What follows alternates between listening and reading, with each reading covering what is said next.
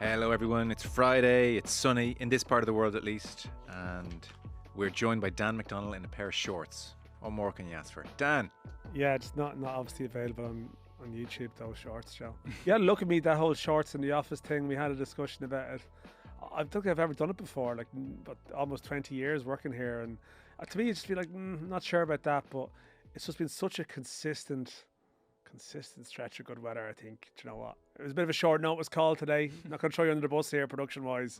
It's like, I'm not changing to go in and do that. Shorts, not changing as a person, not changing. Yeah. Not changing my clothes to do a podcast. I mean, sorry, there is a limit there. Shorts commonplace in these parts, actually. They are. There's a lot of people. Sudden people getting legs everywhere. Brave, yeah. Ronan Mullen, hello to you. Hi, Joe. Had a quick message from Graham. Thoughts on Taylor Swift with the Kelsey Brothers podcast? Not the guy to ask, Graham. Not the guy to ask. No, a couple of clips have found their way onto my timeline, but the algorithm doesn't speak for me. No, I just can't. Sorry, I don't want to be mean about Taylor Swift in any way, because she was like legitimately bullied for a long time, and the Kanye thing, you know. So there's no points for being mean about Taylor Swift, but I just don't get it. Like get it? What? Well, I wouldn't have like necessarily typical tastes by any manner of means. Like I'll spend a lot of time hanging out in the Daily Mail showbiz section and just all sorts of guff, and I'll get sucked into a series of Married at First Sight, and there's nothing I'm. You've somehow missed Olivia Rodrigo during this journey, but not until Dennis Irwin started dating her did I. Yeah, you've got a certain mid-market quality. I would do. Yeah. I'd be a bit of mid-market Malloy. That's how I'd probably be everywhere. That's a podcast. Mid-market Malloy. That's what I like. That. And I wouldn't be necessarily like just I got male tastes and I just like like we were earlier. We're Dua Lipa. Poof, star quality. I can see the appeal. Yeah, I'm in on that. I for the life of me, it's one of the first phenomenons where I sincerely, genuinely don't see it. I don't see the appeal. Like the extent of the appeal. I just find her just like off-puttingly dull. I'll have no interest in listening to this podcast. So that's just I'm not the person to ask. And I appreciate, do you know what I mean? Like she seems to be fairly joyful and people are happy at her concerts, and in a grim world that's wonderful, but the extent of how she's such a phenomenon, I don't fully get. Well, I mean, I was struck by when I wasn't quite prepared for a Taylor Swift chat, but I was struck by didn't put that in the team's message. No, that definitely didn't go in. But when she had the concert here last year, and seeing a lot of people sort of my age, sort of early 40s now, and sort of they're going along with their bracelets and their things, and it's very much a sort of a shared experience. But I'm not sure if this is the right week to make that point, when a lot of people are going to go to Oasis at the weekend and just, disgrace themselves with shows of emotion based on that in some people's eyes, they might just look at that and in some ways say it's similar. Maybe. Not for me. I'm obviously going on them before to go. See the appeal of Oasis. Yeah, really, I mean, yeah. That's based on a lot of people's life story, and maybe for some people it represents. I don't know. I see her like the paradigm is a cocoon from what you alluded to there. Like the world's not exactly plain sailing at the moment, and she's absent from that, and also it's good, clean fun. So I can see why parents would encourage this, the kind of music you're allowed to listen to, and it emanates from there.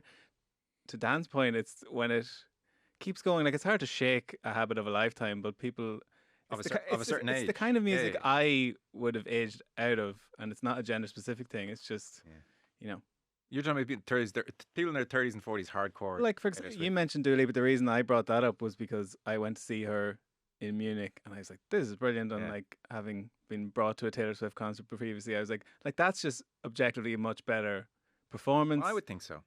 And the reaction of the people around me, what I was supposed to have said versus what I did say, the reactions did not tally. I was like, I thought that was a perfectly fair remark, and they were like, "No way, Taylor Swift is just different level." I was like, I don't get it. I don't get it. I don't. Well, Dave outside called it. She also announced it's her 12th album. He called it an avalanche of capitalist content. It's great. She's 12 albums, really. It's her 12th. Paul siblings. Paul reckons she's a safe artist for a safe corporate time. That's it. She's befitting of the decade. Yeah, Oasis befitting of theirs. Yeah. So look, in answer to Graham, no thoughts on Taylor Swift with the Kelsey brothers. But They've also parodied the much parroted line that is in every album press release. The most personal album yet. It's like meaning that all the previous albums were terrible and not a true reflection. Yeah. But this is the most personal yet. like that. That was like class. that. If they could just sell it as a particularly impersonal album, I'd be like, This one I'm lying to you. This could be something. So there was an email in from Shane. Was at Vicar Street. It was brilliant. Tony Adams, so insightful. As an Arsenal supporter, it was a pleasure being there. However, as I was in my seat eagerly awaiting the show with my girlfriend and a Guinness in hand, I was watching the crowds of people walk in to take their seat. We slowly started to notice a lot of the men were dressed in the same way as one another, i.e. similar clothes, glasses and physical appearance. I thought to myself, where have I seen this look before? And as I was wondering, you came on stage and it hit me. I said to my girlfriend, they all look like Joe. They're all wannabe Joe Malloys. Once we saw it, we couldn't unsee it. In future shows, which I will be eagerly awaiting, I will make sure to keep an eye over the expanding Joe Malloy cult that has started to take over. Kind regards, Shane. Please don't go full Jim Jones. Jim Jones, an American cult leader, preacher and mass murderer. There you go, Dan. It was some kind of a centrist dad cult that is following you. Pretty cool room. Yeah. Pretty attractive room. Middle market Malloys. The mid-market Malloys, that's what they are. That can be your sort of your crew. Look, yeah. People down the driving range, listening to other people's conversations. Get them all together. Yeah. Oh, jeez. So it turns out Tony Adams has caused ructions. Ronan's excited about this. From the moment we walked off stage, I kid you not, he said, if what Tony Adams said there, this is law of attraction borne out. If what Adams said there about changing the Arsenal captain, if Simon Jordan's not talking about that next week when we put this out, we're not doing our jobs. Paul, play the clip. Arsenal legend, certainly a legend, former captain Tony Adams was in front of a live audience in a Q&A over in Ireland just the other night for the Irish Independent. And it got very interesting because they got onto the subject on stage of the Arsenal captaincy, and Tony made it clear it shouldn't be Odegaard, it should be Declan. He's got a really big call to make this year. And on he goes. The clip is out there, or you can listen back to the pod. So Simon Jordan responded to the Irish Independent. Do you think Tony would have expected that? All I'll say on that is Joe asked him, like, what do you make of Arteta, or what's your view on Arteta? Like, it wasn't, is Arteta doing a good job? Or you weren't necessarily giving him an in to say what he subsequently said. Like, this was the Arsenal, like, little section of the whole evening, as in contemporary Arsenal, and this is what he volunteered to say.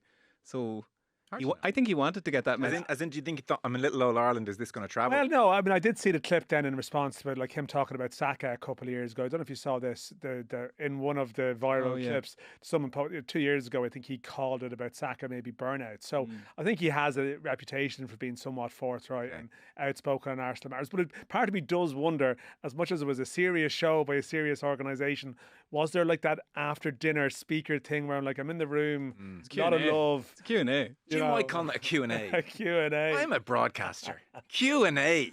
MC for the evening, Joe Malloy. To be clear, you are also available for Q&As if people get in touch with you for a separate corporate work, Dan. fee. Yeah, and I know you're very available for that. You might call it a Q&A. He should know better. He should know better. Q&A. Any other questions from the crowd?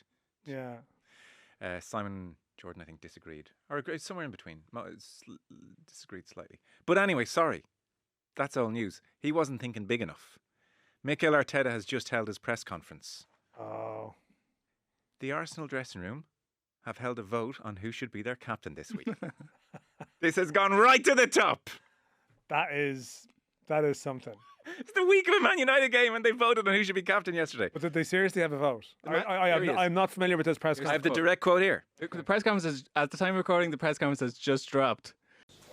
Well, my opinion is clear, and it's not just my opinion, it's all the staff and especially the players. I asked them to vote the captains, and I got the results yesterday, and by a mile, but a big, 100 miles, everybody choosing the same person, which is Martin Odegaard, which is the most clear sign that you can have is how they feel about who has to be their captains to defend, improve, and win the matches that we want to win. So I think there's no question about that. How did the vote take place? I'm thinking like free elections in Belarus here. I'll tell in you. terms of like the credibility of the process. Yes. You know. Was there the privacy of the voting booth? I don't know. The Declan Rice got 1.4%, so there was like a little bit of a, you know, this is a perfectly normal vote. Big Tony Adams. Yeah. That Arsenal fan who enjoyed Vicar Street, I'm sure he's thinking differently now. The Man United fans in the office were shaking my hand on the way out. We have the dressing room in shambles ahead of this game on Isn't Sunday. that funny? But is, remember Malloy Q&A. Oh, yeah. Oh, yeah. I mean, really, Joe. There's an element of main character energy vibe off Joe's analysis of this story. It must be stressed. But yeah, but remember the World Cup, or sorry, the Euros, like James McLean had a go at Declan Rice, and that made its way over there as well. It's sort of funny. I mean, look, a nicely packaged clip on social media from a recognisable face.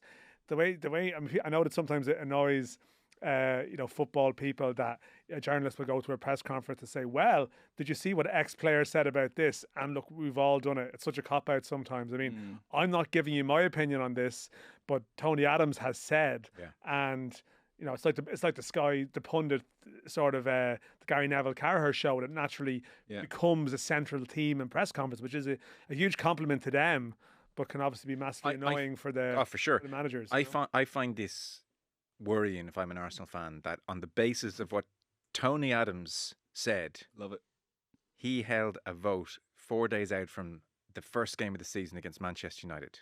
How does Odegaard feel about that?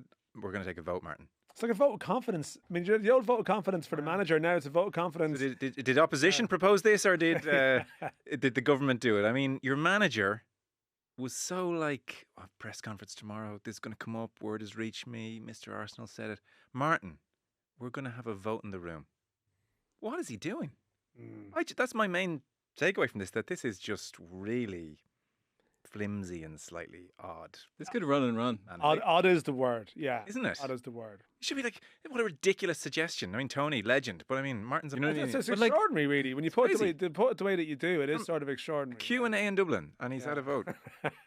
with the absence of like presumably 24 hours plus of PR schooling, my answer would have been, look, we have a leadership group, leaders all over this team. Yes. Declan's a leader. Declan doesn't need to wear an armband to be a leader in his team. So what happens if Tony comes out in another 3 weeks and he's like... He's welcome, by the way. Oh, no.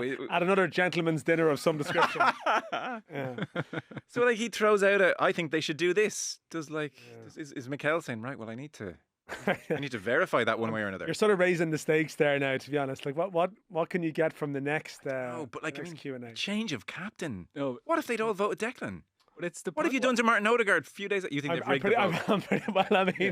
I mean, I think like if someone comes to the top of the room and says, "My choice for captain is," Like, I think in the initial phase of this going viral, people were honing in on the Odegaard versus Rice element of it, but it's the punch you didn't see coming with. It's really an indictment of Arteta, because Joe clarifies with him, because he says at one point, Damien Delaney asks Tony, "Is Rice a reflection of Arteta?" And Adam says, no, he's better than Arteta. Because he's a winner. He's a winner. Yeah. That means... And I sort of went back unbelievable. To him. I went back to him and said, sorry, I just want to clarify.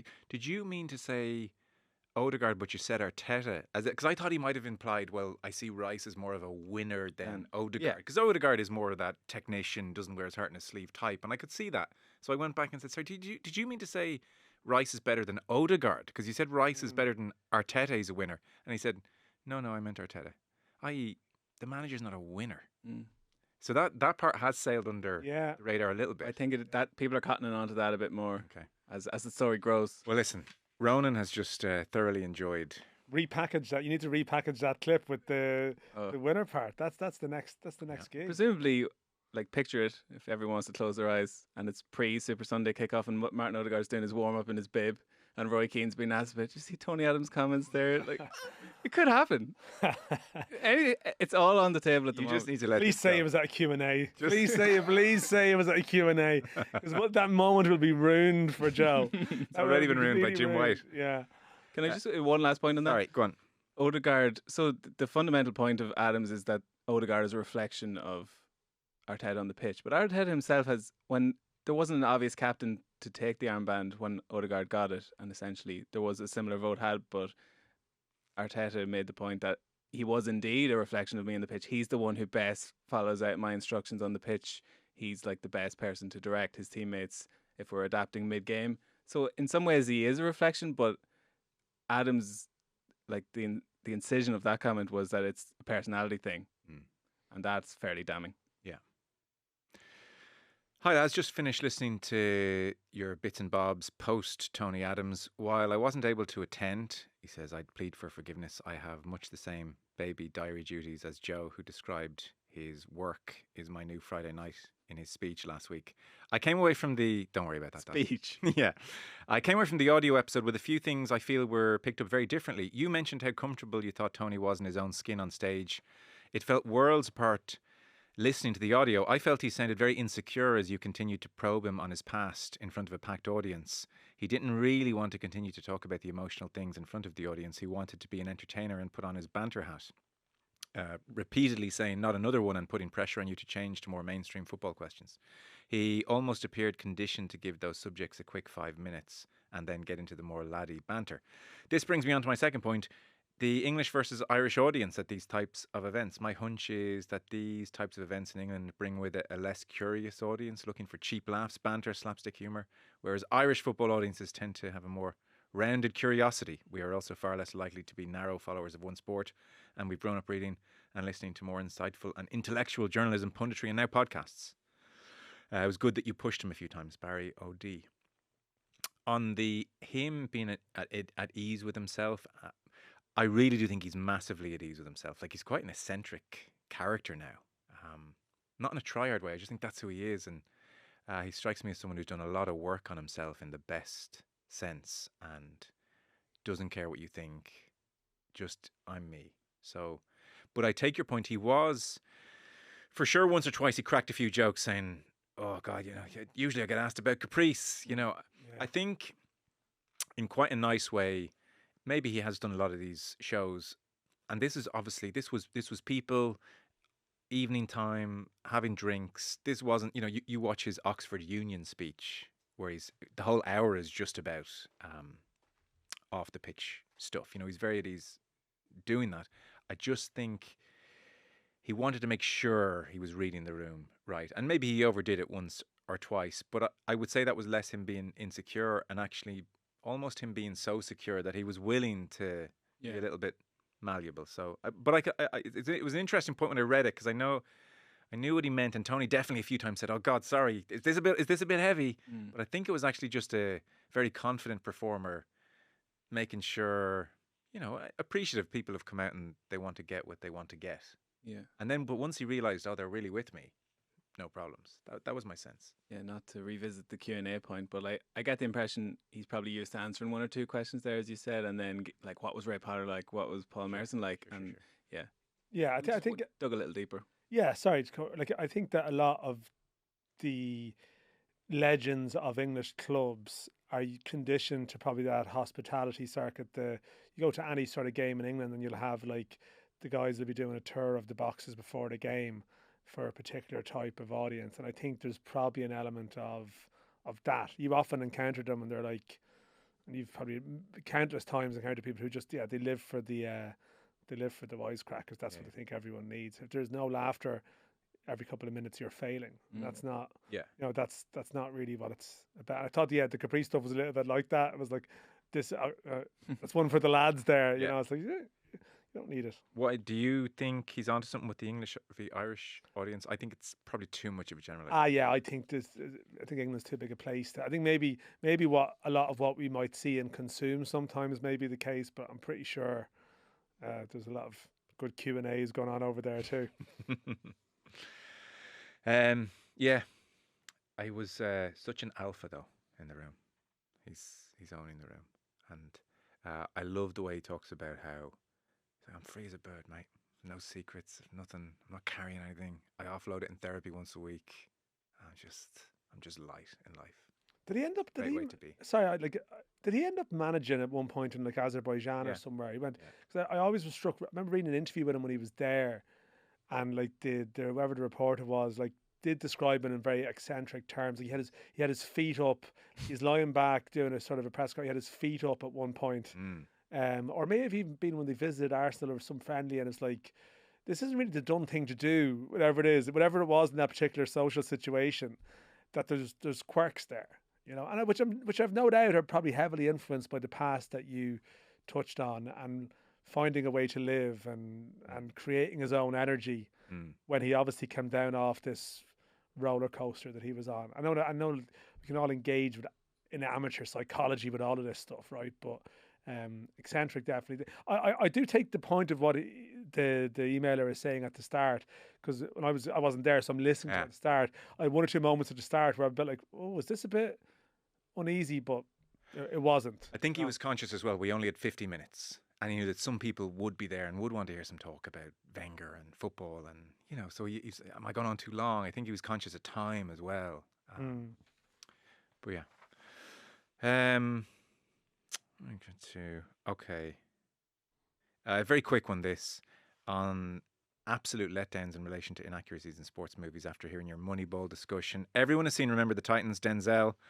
And although it's, quote, based on a true story, the school in which the movie is set were playing in a league in which all schools were already integrated. They weren't the first mixed race team. This whole us against the other bad racist high schools is complete rubbish. I never felt so robbed when I heard, says Pat. That is a letdown. Come on. Do you know the original cut of Dodgeball? Average Joes were supposed to lose. Oh. And then the marketing department got their hands on it and they were like, no, they have to win. He was like, it's called a true underdog story. That's literally the subtitle of the movie. Like, they need to lose to the like Titan Globo Gym or whatever they were. And then they didn't. So it needed to be a feel-good ending. So not quite an inaccuracy, but it's not exactly what the makers of the movie had in mind. We talked a little bit on Monday about Mo Salah and UEFA. So the context, I'm sure everyone has seen at this stage, is UEFA put up the post farewell to Palestinian footballer Suleiman Al-Obeid. And a lot of, you know, I think Ronan, you made the point, a lot of people felt the farewell aspect, it was kind of a parallel universe, as if Al-Obeid had died peacefully in his bed, an old man. That, you know, that's what a farewell conjures, like you've drifted slowly out to... Yeah. Whereas the reality, of course, is he was murdered queuing for food and has 5 children at home. I saw an interview with his widow and his son, actually. And they're completely heartbroken, you know. Obviously, Mo Salah got to the nub of the point where he replied, can you tell us how he died, where and why? And look, UEFA are just in a muddle with this. FIFA, I think, eyeing up a World Cup in America, are just saying absolutely nothing. Whereas UEFA are farewelling Suleiman Al-Obeid, suing Celtic for Palestinian flags 2 years ago. And then on Wednesday, the Super Cup, Spurs against PSG, a more pointed approach on their part. There were 2 banners on the pitch. One said stop killing children and the other one said stop killing civilians. And at the medal ceremony as well, there were 2 refugees from Gaza involved, a 12-year-old Palestinian girl, Tala, and a 9-year-old boy, Mohammed. And so, you know, in some respects, that is an escalation on their part, because it is quite a pointed message, stop killing children.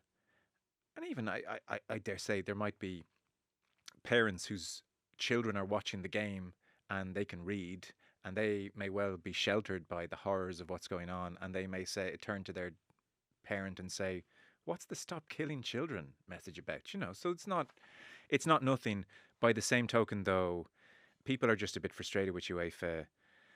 Amnesty International, for instance, their spokesperson said, like, name the perpetrator. Like, this is me talking now, not them, but name the perpetrator was the line. But this kind of syrupy dancing around the issue thing is almost frustrating people, because there's possibly a degree here of people feeling whatever about individuals in UEFA, who I'm sure are as upset as everybody. There is almost a degree here of, it's a little bit self-serving, like we're standing up to it. You know, we can be on the right side of history, as is the great saying now.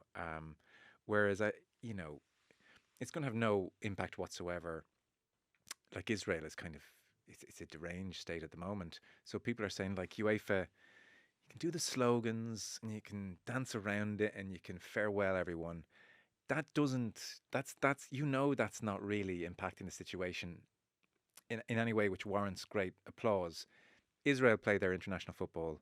They're part of the Euros, have been since the 90s. Israeli clubs are in European competitions.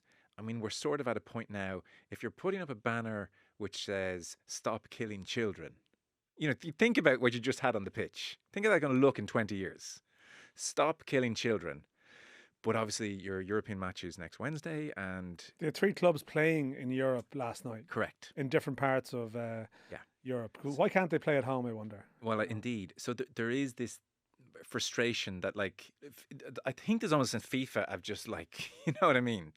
Gianni Infantino, American World Cup, like, there's not even a hope there. But UEFA are in this space where they've almost put their head above the parapet in a way that FIFA haven't, to say, oh, we actually see that children are being killed and starved, and what's going on is the most nightmarish thing any of us have ever seen. Stop killing children. But as I said, Israeli clubs, come on in, play in our competitions. And in a way, that's frustrating people more. It's like, you can't have this both ways. You're not leading any kind of protest movement here. You're not allowed to even be part of it if you're not going to be real about it. Yeah, and I mean, this is the thing, and I think the last time I spoke about this in here it was probably the basketball related, and the parallels or the differences with the Russia-Ukraine, Belarus as it was in previous, and so it would make you less sympathetic towards the basketball plight in some ways. And yeah, I mean, look, there's a mad thing is, right? FIFA and UEFA don't have a great relationship at the moment either. And all of this shouldn't be relevant, but it sort of is relevant that, FIFA and Gianni Infantino is off doing his thing. UEFA and FIFA aren't in great terms, but I don't know if UEFA really even have the stomach to do something either. They clearly don't. And what would the response be if UEFA decided to kick Israeli clubs out of their competitions or didn't let them participate in? Because with Russia and Ukraine, there was clubs refusing. So there was countries refusing to play Russia, and that's obviously that led to the situation at short notice. But it does make you think. I mean, the next Euros is obviously, and hopefully this hell is long over by then. But the next Euros is due to be on these shores. Yeah, I saw. You say what power is your voice? Did a host nation say, well, just so you know, we won't be hosting them if they qualify? Yeah. I mean, that, what can you do? Maybe very little that you can do. I saw an Israeli briefing that as they head towards Gaza City, I think they I don't know what phrase they used about the operation, but again, it was very corporate and nice sounding. But they said this will take about a year, like this isn't a 2-3 week thing. Maybe about a year before whatever endpoint they're pretending to aim at arrives. So I mean, who knows how long this goes on? Because once the US are thumbs up, none of this seems to affect Israel. If you have any dealings with UEFA as well, I mean, they are just incredibly, as you would expect, corporate and incredibly, of course, yeah. They're anal at times about the use of language, and when I started off doing journalism, it was doing stuff for UEFA, and it's all a very style guide. You have to refer to a club by this, and it's all, there's nothing freestyling about their communications in any respect. So maybe for them, they think it is a joint step to do this. And I think it's typically UEFA though. It's so. You've summed it up perfectly. I guarantee you, for them, this is they literally on their pitch. So you'd give some credit. They literally on the pitch with children who are literate around the world watching, Israelis watching. They'd stop killing children. So I'd say they do think that is bold, but just doesn't feel far enough. No. And in their eyes, it's probably the bravest thing they've ever done. From in their office, they're going, "This is pretty out there, guys." Yeah. It's a significant enough departure. No, by their standards. Do you think so? Yeah. Well, relative to what has not nothing had existed previously. The comparison with Russia Ukraine is apt in as much as anything, the timeliness and how closely they've run together. But the difference between that and this is decisions made by UEFA and FIFA to banish Russia from playing matches was enmeshed with the world. The broader sanctions at international level, they felt buttressed and platformed to do that. Whereas if UEFA banned them or FIFA banned them, that would be like stepping out of line with what, like they would be doing something way above what many international entities who should be in, like controlling this issue. So as much as we like to see sporting bodies take the higher ground, and like, you know, there's an expectation there, and given the amount of money that swashes around and people who follow them, they have a duty in that respect. But like the reality is, sport, like any other industry, is kind of falling in line with what's being decided at state level. And yeah, it would be better if they were naming names, but I felt like it was a fairly marked change of course from even a few days ago. I agree with you. It's not nothing. It's a graphic message to put on your pitch. It's probably in line with the general pace of a lot of countries and places trying to walk back a little bit from where they are or what they've said in their stance. Well, or walk glacially in the right direction. Like I mean, they walk back, walk away from what their stance was before. Like to walk away from complete. Yeah. No, they're not leading the line, and they were never going to. They were never going to. But interesting one from John, by the way. Just one last point on this. Hey, Joe and team. Interested to hear your thoughts on if anything is going to happen when the NFL shows up to Croke Park. NFL control freaks regarding what's allowed into the stadium. I can foresee a situation where someone is trying to bring a Palestinian flag into Croker, only to have it taken off them. Is it the Aviva? Croke Park. Is it Croker? I imagine there will be a lot of Americans visiting the game who may not have similar opinions about what's going on in Gaza as the prevailing public opinion in Ireland. Curious if anyone thinks this event is going to be used to highlight Irish opposition to Israel's action. Thanks, John. John, as soon as I read your email, I thought, yeah, it is. It's such an interesting opportunity for a lot of people in this country who are almost looking at Israel and thinking you're beyond like a rationale. Like you're just unreachable.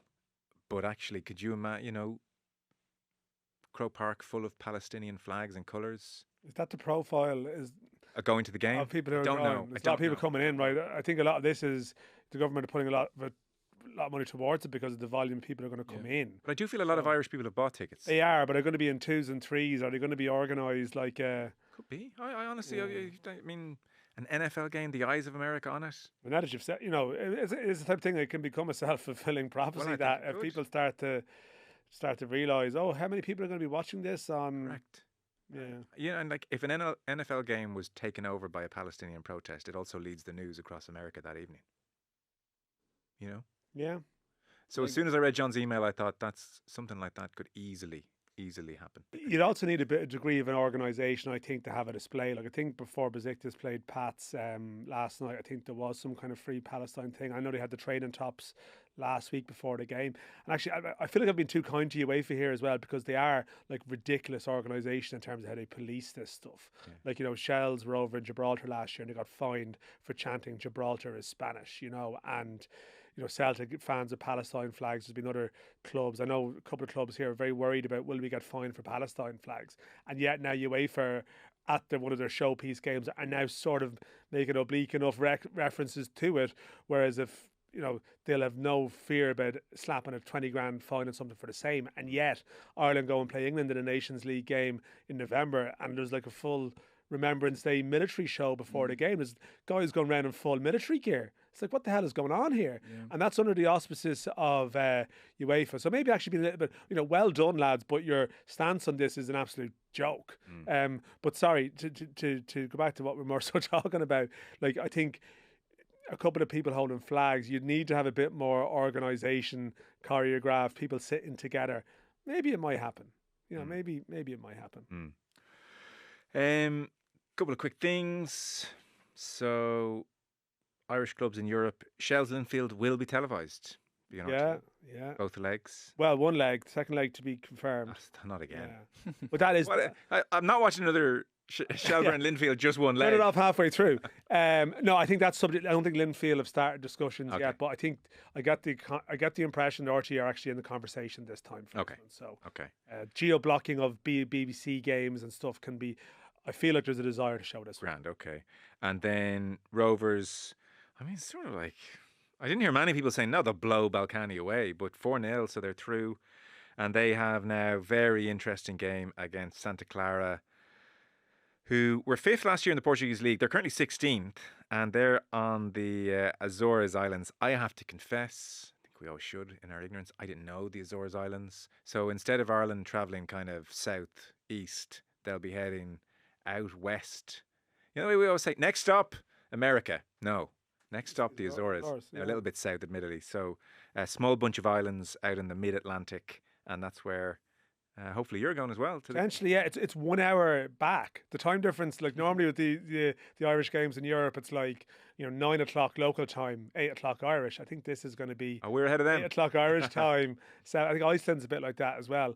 Okay. But they whooped Balkany 4-0. Rory Gaffney 2 goals, 35 years of age, a lot of injuries, and took a pay cut. Stephen Bradley revealed last night and signed a 1-year deal when there were 2-year deals elsewhere. So he's kind of having a really good season, and that's a cherry on the icing kind of a night for him. Josh Honan's volley was very tasty as well. So yeah, they blew them away. Cruised through. They blew them away. They are like a really impressive team, and I think for them now, if they beat a Portuguese team, brilliant. But they've done, they've got to where they should get to now. Okay. You have to have higher standards of them. If they can beat the Portuguese team, brilliant. It's going to be hard. Yeah. But if they can bring it back to the second leg at home, their record in Tala in Europe is like the Molde game is a bit of an outlier.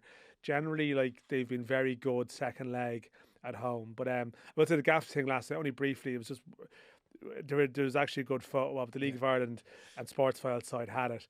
So Balkany are 1-0 up. Pretty confident, I think. Even though they were the lower seeded team. And Gaffney makes this brilliant run in the first half, takes around 3 players. Guy gets back, makes a really good block, goes behind for a corner, and just gets up in Gaffney's face, roaring at him, taunting him. They're like, that's a bit. Gaffney scores. Gaffney scores his first goal. He's running off to celebrate, and then a part of him remembers, oh no, hang on, doubles back, has a few words with your man. And he's also then responsible for the second goal and substituted before the third goal. And it's like karma, life comes at you very fast there. It's like you're going to if you're going to get in the face of someone, you don't want it to like rebound that badly on you in a short space of time. No. Now Robert's very good. No Jack Byrne questions really after last night. All that stuff, results make all that go away. But they're a very polished European team, and their ability to do that, like Balkany aren't jokers. Balkany have been in groups twice in recent years. This isn't just, a sort of team from Gibraltar. There's a little bit more going on with them. So no, all credit to them. Yeah, okay. So Shells and Rovers now 1 game away from Conference League group stages. One last one very quickly. Folks, hey, first time mailing. I was at the Aviva over the weekend for Leeds AC Milan. Who wasn't at this game? What an occasion. I took my dad to the game. He's a Lap supporter from the Revy years, experienced a revival when Bielsa arrived. And so I've been a regular to Ellen Road. My dad, not so much. He's much more of a staunch junior championship kind of guy. As the match went on, the chants started echoing around the ground. It's fair to say my father was a bit out of his depth. But I also found myself far more silent than on any of my visits to Ellen Road. I stood there thinking, is this just a me problem? Or is there something inherently Irish about feeling awkward joining in a choreographed chant? I found it easier to blend into Ellen Road in the past. Love to hear the thoughts of the panel on your own experience. Love the show. Keep up the work, Alan from Meath. Irish and chanting, we're not great. I'm going to give a predictable answer to this. League of Ireland is great. Well, I think if you go to games 30 times a season, you feel more comfortable than you do if you don't go as often. Like, there's a regular chanting. He feels good joining in at Ellen Road. Just in an Irish context, he felt all funny. Well, I don't know. See, I wasn't at that game, but there was a lot of people that came over. There would have been a lot of people then who are also at their like once in a lifetime maybe Leeds game. Those games never feel natural. Those friendlies don't feel natural events anyway because they're friendlies. Compared to like, it's not like there's Ellen Road. There's like points at stake. You're in someone's back garden when there's a match, and there's the rhythm of the home fans and the regular seats and the away fans. So I don't think I've ever been to a pre-season friendly anywhere with a good atmosphere. No, fair. So, but if you extend it beyond, say, football, I wouldn't say we're the most chanty Republic of Ireland fans. No, the Aviva, it just doesn't happen. GAA matches, a few notable exceptions, doesn't happen. You'll get Fields of Athenry at some rugby, but aside from that, you'll get Leinster 10 times over, which is kind of a GAA equivalent of tip, tip, tip. Yeah, Although they started doing Tipperary to Championes for the first time this year. it's clever. Wasn't bad. Leinster tried their songbook, didn't they? Are we human? Are we Leinster? The whole they tried to get some like chants going. Yeah. But across the board, you'd have to say we're not a chanty nation. The psychology of a Gaelic football match or hurling, where the two when it's a close run thing and both teams feel obliged and empowered to chant their county's name, and it's kind of like a us versus them. Amazing. Like it really is in the stadium. It's Amazing. But no, but as in, I think it has an actual effect. Of course it I does. think there's a psychology that is actually part of the game. Nothing better GAA match when there's a rare, okay, we're all just going to chant the name of our county. Yeah.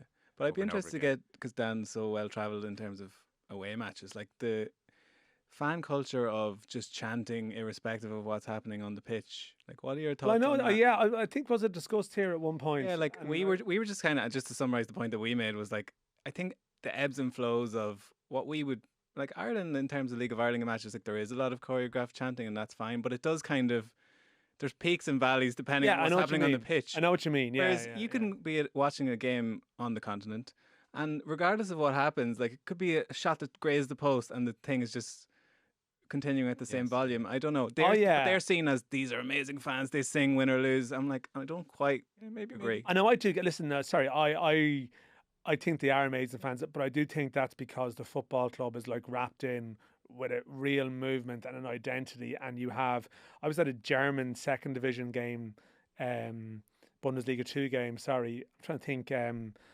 It was in Munich, and it was like, God, I'm having a blank. Who the away? Magdeburg was the away team. Okay. Sorry, and sorry, it was in Berlin. Sorry, and it was Hertha Berlin against Magdeburg. And it was like 60,000 people there. But we were looking at the away section in the old Olympic Stadium. Yeah. And we were looking at the away section, and basically there were like fan leaders there who just weren't watching the game, and their role in the away section was just to get people going. Like Ferencváros, was in Ferencváros earlier in the year. It's exactly the same. Like they're called like the hooligan movement or something. There was a collection for them coming out of the station. But PAOK, Legia Warsaw, like these are the ones that come to mind for me.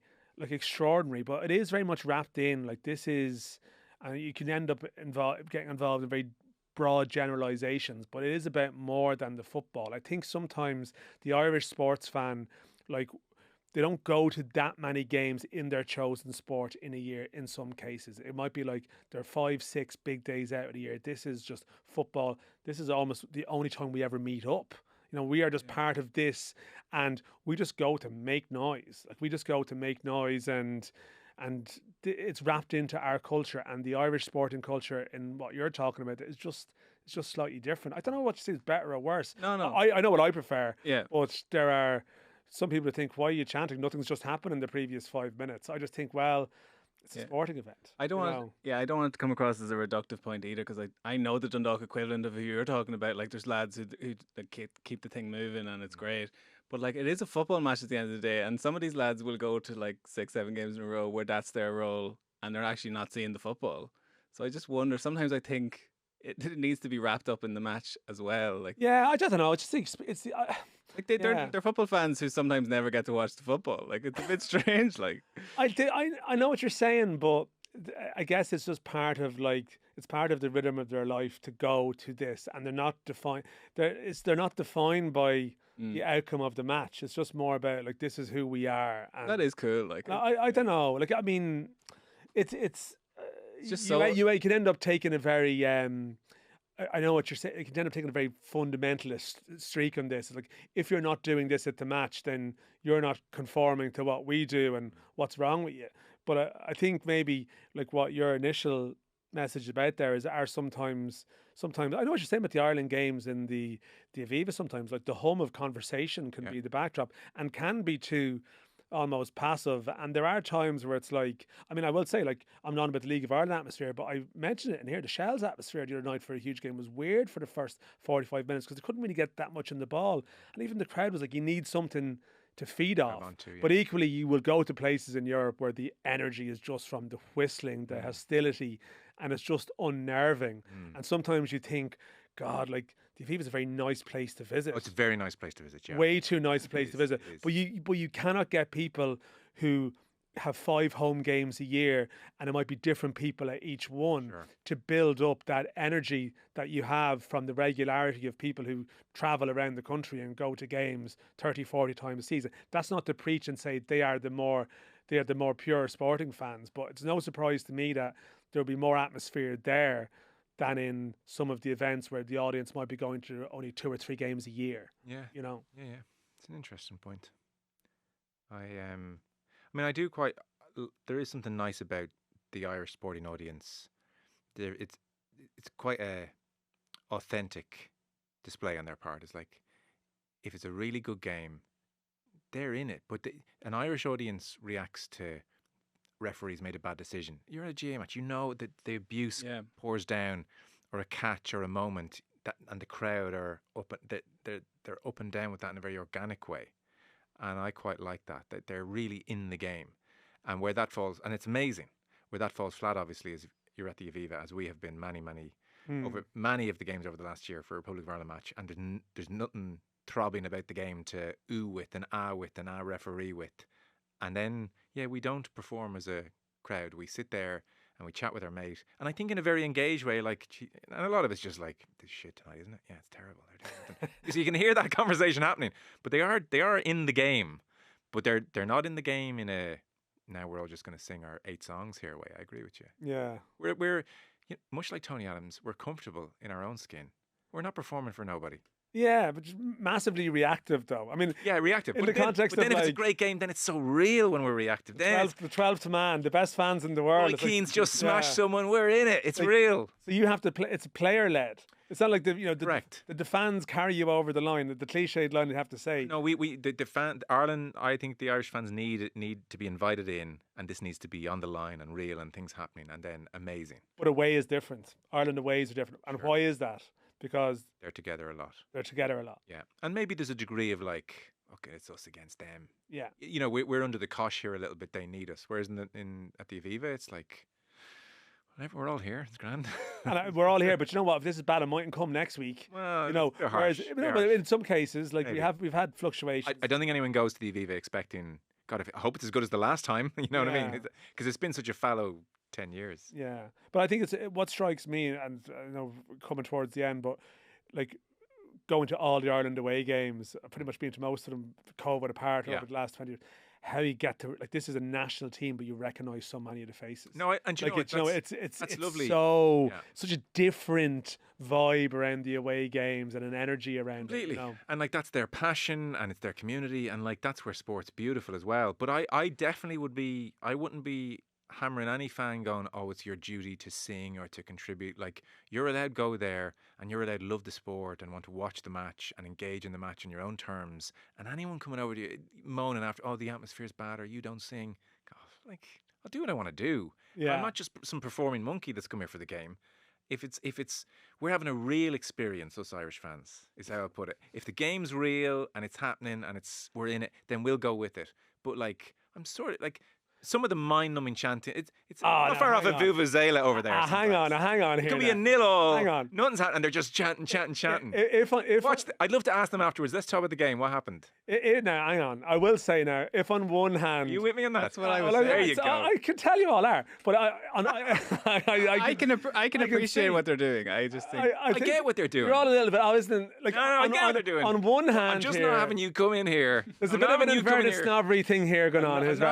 I'm not having you come in here and go, well, the League of Ireland fans are great. The rest of you. No, that's not what I'm saying. Yeah, you know. That's not what I'm saying. You're just, To be clear. you're not real fans. I mean, you're fans. You're fans. But you're just not real. Whereas you're like, I mean, people like us, we're the more considered. We're the more. No. I'm not Me chin and stroking. Ronan and the lads, we're a bit more. No. I'm not chin. We're I'm looking not- at the broader picture. I'm not chin stroking. Look at those people over there cheering a throw in. Look at those uncouth individuals over there Oh, cheer, getting excited about a cheer throw. throw in, but just singing Yeah. away. It doesn't make you better. And like when Roy Keane smashes over Mars, we're all there. We're real. That's complete garbage. That's garbage. But like, I think the last 2 minutes have gone off the rails. yeah. I think we're losing the essence of all of our points. Let's get this Q&A back on track if we And possibly can. My Yeah. concluding point is, go and behave any way you wanted a match. Yeah. There's no right, no wrong, not necessarily better or worse. Everyone's different. Everyone's actually stopped judging the other. You know, you're not more worthy if you do this. You're not more worthy if you do that. Totally. We can all reach agreement on Yeah, I felt that our emailer there was feeling a little bit like, oh God, I can't. But Irish people can do it. All I'm saying is that they can. But there's reasons why they might find it a bit more uncomfortable because of our sort of embedded match-going habits. Okay. Very good. I think that's us done. Nothing else. Ronan, thanks very much. Thanks, Joe. Dan, last minute. Been a Good pleasure. man. Appreciate it. Good man. We'll be back on Monday. Damon Delaney's going to be talking United Arsenal, and we'll have more besides. I think Brian O'Driscoll on the show next week, and we'll see. We'll see what next week brings. All right, everyone. Thanks a mil. Indo Sport podcast at independent.ie. Have a great weekend.